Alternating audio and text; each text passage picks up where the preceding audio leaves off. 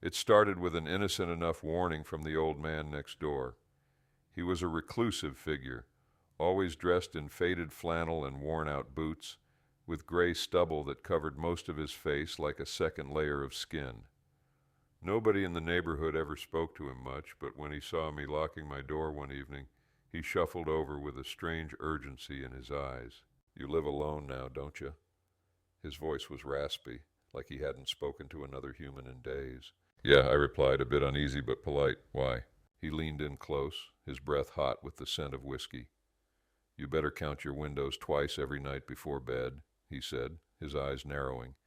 "Make sure they're all closed, all locked. If you don't, well, let's just say it ain't good." I chuckled awkwardly, unsure if he was joking or just drunk. "Sure, I'll do that." The old man's expression didn't change. "I'm serious, kid. Count them. Twice. Or they'll come in." I watched as he shuffled back to his house, a creeping unease settling in my gut. "They'll come in?" What did that even mean? But I shook it off as the ramblings of a lonely old man with a little too much time and liquor on his hands. That night, as I wandered around my house before bed, I found myself thinking about his strange warning. I stood in front of the first window in my bedroom and closed it tightly, then the one in the kitchen. After a second of hesitation, I moved through the house, checking each window carefully, just as he had suggested. One in the bathroom, two in the living room, each of them shut and locked. When I reached the last one in the hallway, I counted again in my head. 5 windows, all sealed. It felt ridiculous, but I did it anyway. Twice, just like he'd said. Nothing happened that night, of course. But over the next few days, I couldn't shake the feeling that something was off. I noticed subtle things. A draft, even though the windows were closed, strange sounds late at night, and, most unsettling, a growing sense of being watched. The next week I came home late from work, exhausted, and forgot about the old man's warning. I went straight to bed, my body too heavy with fatigue to bother checking the windows. I didn't even think about it until the middle of the night, when I woke to a soft tapping sound. Tap, tap, tap. At first I thought it was rain, but the night was dry. The tapping grew louder, more insistent. My heart began to race as I sat up in bed, listening. It was coming from the hallway window, the last one I'd always check. I hesitated, fear gripping me, but curiosity pulled me out of bed. As I approached the hallway, the tapping stopped abruptly, leaving behind an eerie silence. My pulse pounded in my ears. The window was closed. Of course it was. But as I reached for the lock, I saw it. A handprint on the glass, not mine. Something else. Something that shouldn't be there. I stumbled back, my breath catching in my throat. The handprint was too large, too distorted. It pressed against the glass from the outside, as though something had been watching me. Frantic, I ran through the house, checking every window, counting them twice, just like the old man had warned. But the windows were all closed, all locked. Yet the feeling that something was wrong persisted, stronger than ever. The next night I made sure to check the windows before bed, counting each one meticulously. 5 windows, twice. Then I slept, but the tapping came again, this time louder, faster. It wasn't just one window either. It was all of them. A frantic, rhythmic tapping from every room surrounding me. I leapt out of bed, my body trembling with fear. The windows, they were all shut, yet the tapping wouldn't stop. I backed into the center of the living room, cold sweat trickling down my spine. And that's when I saw it, the shadow moving just outside the glass. A figure, tall and lanky, with impossibly long limbs, and a face that seemed to shift and warp under the dim moonlight. It pressed against the window, its grotesque face turning slowly toward me. Eyes, if you could call them that, met mine, hollow and hungry. The tapping stopped, but the window began to creak. I don't know how long I stood there, frozen in terror, but eventually the figure melted back into the darkness, leaving me shaken and breathless. I didn't sleep for the rest of the night. The next morning I rushed to the old man's house, desperate for answers, but when I knocked, There was no response. The neighbor told me he'd passed away 3 days ago, right around the time the tapping started. Now I count my windows twice every night. I don't forget anymore, because I know they're still out there waiting, and if I slip up again, they'll come in. https www.reddit.com nosleep comments 1G2WQ6F count your windows twice every night. I didn't part. I didn't understand the object Freddy shook in my face or why he was so excited. Halloween night in '87 wasn't as illuminated as today. "It's a picture," he yelled and spat into my face. "Look, look." I put my pillowcase down and held his wrist gently to see the fuss. A Polaroid picture with Freddy in his sad pirate costume. When I looked more closely, however, I saw the singed boy beneath. Polaroid Freddy looked burnt to a crisp, his skin gone, the eyes melted away. Freddy snapped the picture from my fingers. "Isn't it cool?" He studied it again. "Like a magic trick. Best Halloween ever. Right? It's cool, right?" He continued to bully me for validation, as 10-year-old boys do, until I relented. "It's cool, Freddy. Where did you get it?" "You know Mr. Malcolm's house? Super green lawn guy? Tells dirty jokes to us at the bus stop? The weirdo pervert? That guy?" Freddy nodded enthusiastically, missing my intended sarcasm. Everyone usually avoided Mr. Malcolm's house on Halloween and every other day. The man constantly invited kids inside for candy and conversation. I don't know if anyone accepted that offer. I hope not. "Yeah," Freddy confirmed. "But there's a young guy on the porch, probably his nephew or something. He's got on a mega spooky demon mask, and he's got a camera, and he takes your picture, and it prints out all freaky like mine, and—" "Whoa, Freddy," I said. He was getting overexcited. Freddy had something wrong with him. A weak heart, maybe, though I can't recall exactly what we were told other than he could die should he get too worked up. Our teachers told us to look out for Freddy, so I did. "It's great. Calm down." I started breathing with him and held his hand. He smiled. "Thanks, man. Want to see?" I smiled back. "Yep." The photo had creeped me out, but also fascinated me. I didn't want to be the only kid who missed out on something cool. Judging by the line extending down the walkway, bending at a right angle onto the sidewalk, it seemed I might. There had to be 50 kids waiting for their photo. Polaroid pictures aren't fast. They don't present an image until at least 10 minutes have gone by. The guy on the porch wore a thin mask with horns that really seemed to grow from his forehead. A mouthpiece displayed jagged teeth. He carefully placed the undeveloped photo on a shoe rack at his side. You don't shake Polaroid pictures. You wait. And so we waited. He could have simply given the white rectangles to the eager kids before the image showed, but he didn't. Instead, after taking a trick-or-treater's photo, he sat cross-legged on Mr. Malcolm's concrete slab of a porch and stared at the child. Some kids tried to talk with him. He didn't answer. Others waited in silence, bearing the stranger's gaze with admirable defiance. One little boy began to cry. His parents ushered him away before he could collect his photo. I remember thinking how fortunate I was that my parents let me trick-or-treat on my own. I would get my photo. I would endure the awkwardness of the adult gaze. Time ticked on. It was late. Some kids gave up and left the line to my delight. Freddy yawned and said he had to go. I thanked him for telling me about the Polaroid man. I probably wouldn't have come down Ferry Street otherwise. Mr. Malcolm creeped me out too much. Luckily, a few other school friends were revealed by the departures, May DeFranco and Vicky Rand. They'd already gotten their photos, but hung around because May's little sister wanted one too. "Can I see?" I asked, pointing at the photos. They were grotesque, and I could hardly bear it. May's body appeared popped open, entrails spilling from her guts and onto splintered remnants of bone and muscle.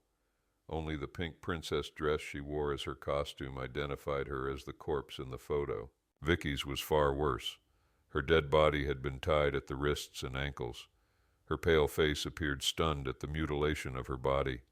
The top half had been pulled apart from the bottom, and there were more tortured dead around her in a dark field. "Cool, right?" Vicky said. "It's like Freddy Krueger or something."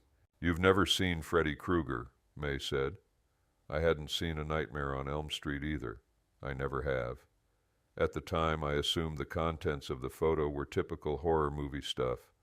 I wasn't ready for it, but I wouldn't let my discomfort show. After May's sister got her photo, more kids thought better of risking their worried parents' wrath.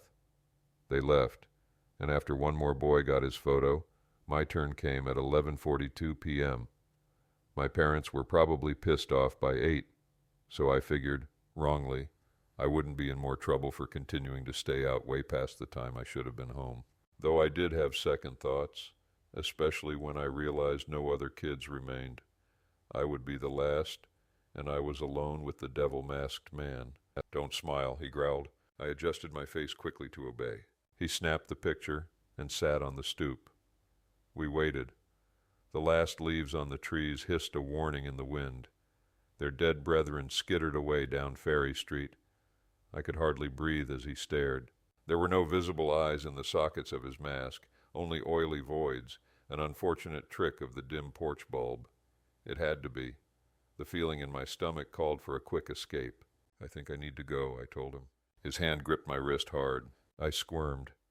"It's okay. I can pick it up tomorrow." He did not let go. His face, that mask, got close to mine. He was perfectly quiet. No inhalation or exhale as he forced me to stay put. "Please," I begged. "I want to go home." In the half-inch space between our noses, he slid the developing Polaroid. This close, I could barely see anything. Then the devil's mask appeared in the photo. Then I, or what would become of me, materialized. The Polaroid featured us together, his hands around my neck, my face empty of life. I yelped and pulled away. He let go, and I fell onto the walkway. He stood up and tossed the photo with precision. It landed beside me on the grass. Further details of the horror were revealed. A swath of blood matted my hair and soaked the front of my costume like a gory bib.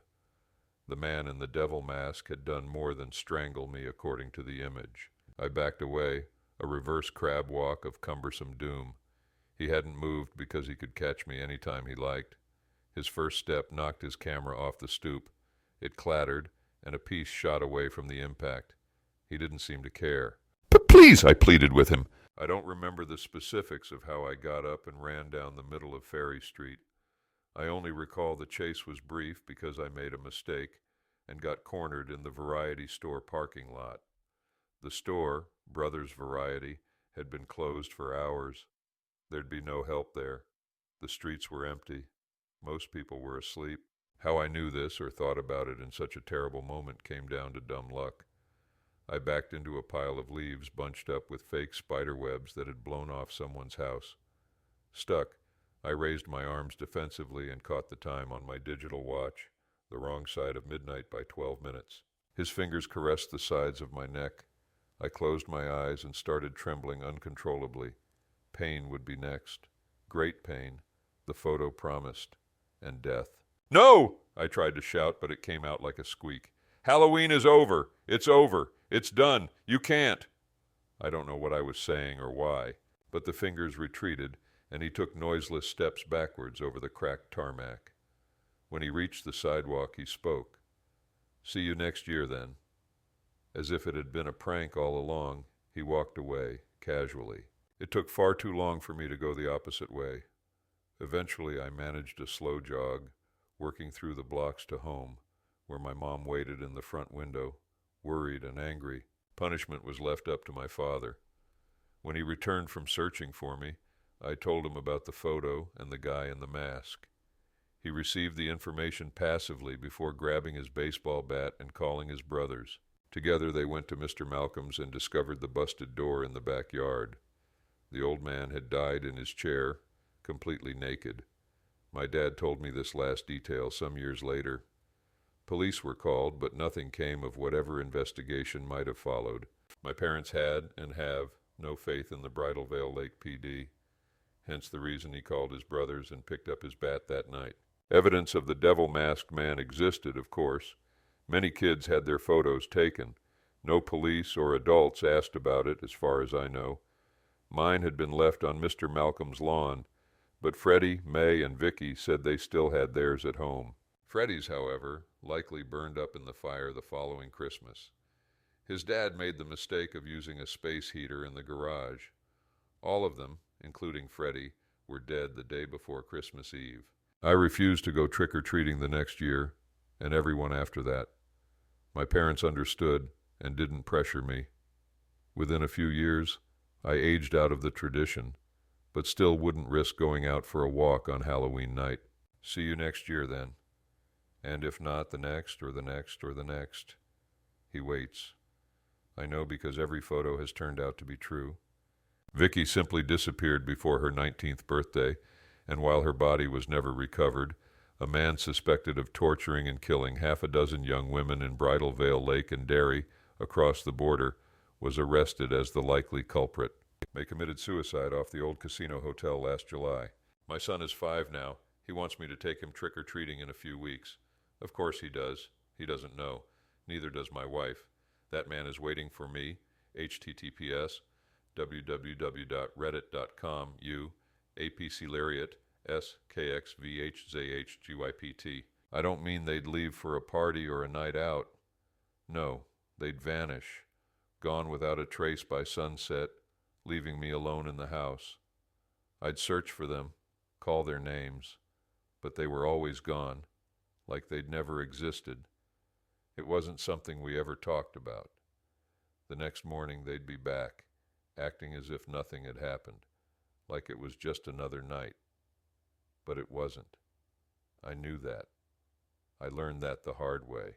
It all started when I was 6 years old. I remember that first Halloween like it was yesterday. I was dressed as a witch, excited to go trick-or-treating. But just as the sun dipped below the horizon, I noticed the house felt different. Cold, quiet, too quiet. I ran through the halls calling for my mom and dad, but no one answered. Panic set in. I thought maybe they were hiding, playing a prank. But after what felt like hours of searching, I realized they were gone. The front door was locked, the windows were shut, and I was completely alone. That's when I found the first note. It was on the kitchen table, written in my mom's familiar handwriting. It simply said, Rule 1, stay in your room. Do not come out until sunrise. Whatever you hear, ignore it.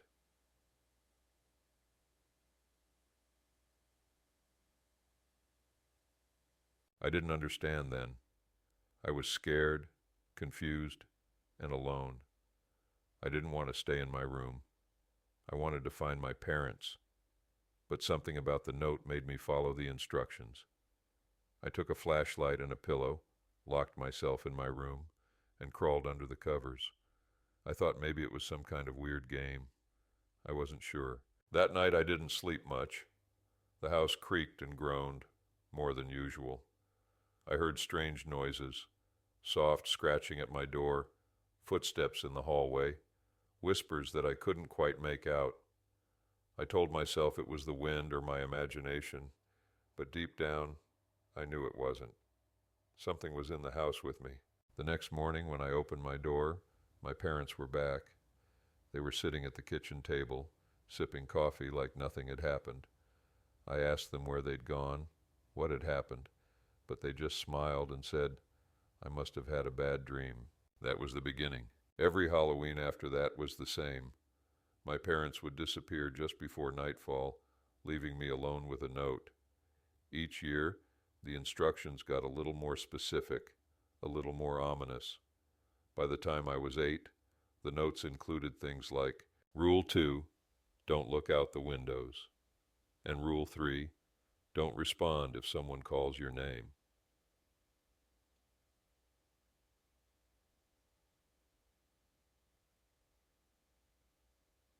And the noises, they got worse. One year, when I was 9, the sounds outside my room became unbearable. There were knocks on the door, not gentle, but loud, insistent pounding. I pressed my hands over my ears, squeezing my eyes shut, but I couldn't block it out. The voice on the other side was familiar, my mother's voice calling my name. Ellie, it's okay. You can come out now. She sounded so calm, so normal. For a second, I almost believed it was really her, but the rule had been clear. Do not open the door, no matter what you hear. So I didn't.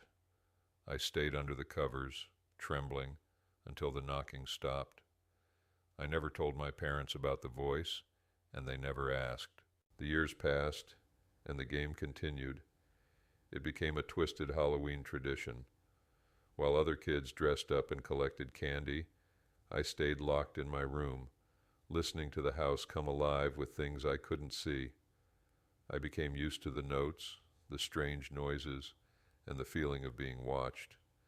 It was all part of the game, my own haunted ritual. But when I turned 13, everything changed. That year, the note was different. I found it on my bed just as the sun was setting, but instead of the usual instructions, it said, Rule 4. There's something new in the house tonight. Be careful.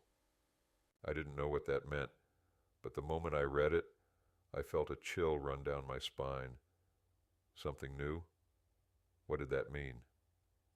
I locked my door, as usual, and tried to settle in for the night, but I couldn't shake the feeling that something was terribly wrong. The noises started earlier than usual. At first it was the familiar creaks and footsteps. I'd gotten used to those, but then there was something else. Breathing. I could hear it, low and heavy, just outside my door. It wasn't human. It was too slow, too deep. I pressed myself against the headboard, clutching my flashlight like a weapon, even though I knew it wouldn't help. The breathing moved away after a while, but then came the scratching. It wasn't at my door this time. It was coming from inside my room. I whipped the flashlight around, scanning the walls, the ceiling, but there was nothing. The scratching grew louder, closer, until it felt like it was coming from beneath my bed. My heart pounded in my chest, my throat dry with fear. I didn't dare look under the bed. I was too scared of what I might find. The scratching stopped abruptly, replaced by a soft, childlike giggle. The sound of it froze the blood in my veins. It wasn't me. It wasn't my parents. Something was in the room with me. I backed up against the wall, holding the flashlight out in front of me like it could protect me from whatever was there. The giggling continued, soft and mocking. I whispered to myself, "It's not real. It's just a game." But I didn't believe it anymore. Suddenly there was a loud bang on the door. The whole room seemed to shake with the force of it. I dropped the flashlight, plunging myself into darkness. The breathing was back, but this time it was right outside my door. Bang. Another hit. The door shuttered. Bang. I scrambled to pick up the flashlight, but my hands were shaking so badly I could barely hold it. The banging grew more violent, each hit sounding like the door was about to give in. And then, just as suddenly as it started, it stopped. Silence, pure, deafening silence. I held my breath, waiting, listening for any sign of movement. Then the voice returned, soft and sweet, like honey. "Ellie, it's okay. You can come out now." It was my mother's voice again, but this time I knew it wasn't her. I didn't answer. I didn't move. I just sat there, frozen in fear, praying for the night to end. The voice called out again, more insistent this time. "Ellie, don't be scared. It's just a game." My hands were trembling and I could barely hold on to the flashlight. The voice kept calling, but I stayed silent. I knew the rules. I knew I couldn't open the door. But then, something strange happened. The door, it began to unlock. I heard the soft click of the lock turning and the handle slowly twisted. "No," I whispered, pressing myself further against the wall, willing the door to stay shut. But it was too late. The door creaked open, just a crack, but enough for me to see a shadow in the hallway, something tall and thin, its limbs too long, its fingers clawed. It wasn't my mother. The creature stood in the doorway, unmoving, watching me. I could feel its eyes on me, even though I couldn't see its face. My heart was pounding in my chest, and I felt like I might pass out. And then, just as it stepped forward, the first rays of sunlight crept through the window. The creature recoiled, hissing like an animal, and within seconds, it was gone. The door slammed shut, and the house was quiet again. I didn't leave my room until the sun was fully up. When I finally opened the door, the house was just as it had been the night before. silent, empty, as if nothing had happened. My parents were back, sitting at the kitchen table, drinking coffee like they always did. I stumbled in, shaken and pale, and told them everything: the creature, the scratching, the voice that wasn't my mother's. They just looked at me, exchanged glances, and then my dad laughed softly. "You must have had a bad dream," he said, shaking his head. "Nothing like that happened, Ellie. It was just your imagination." My mom smiled that same strange smile and added, "You're safe now. It's over." But I knew better. I knew it wasn't just a dream. The fear, the things I'd heard and seen, they were real. They had to be. My parents didn't believe me. They never did, and that was the most terrifying part. Now, as an adult with children of my own, I know the truth. Whatever haunted me in that house, whatever played that sick game, it's still out there, waiting, and it's hungry. I fear for the lives of my children. I'll never let them go through what I went through. I'll protect them at all costs, even if it means never celebrating Halloween, never letting the night touch them the way it touched me, because I know deep down that it's only a matter of time before the game starts again. Halloween is coming.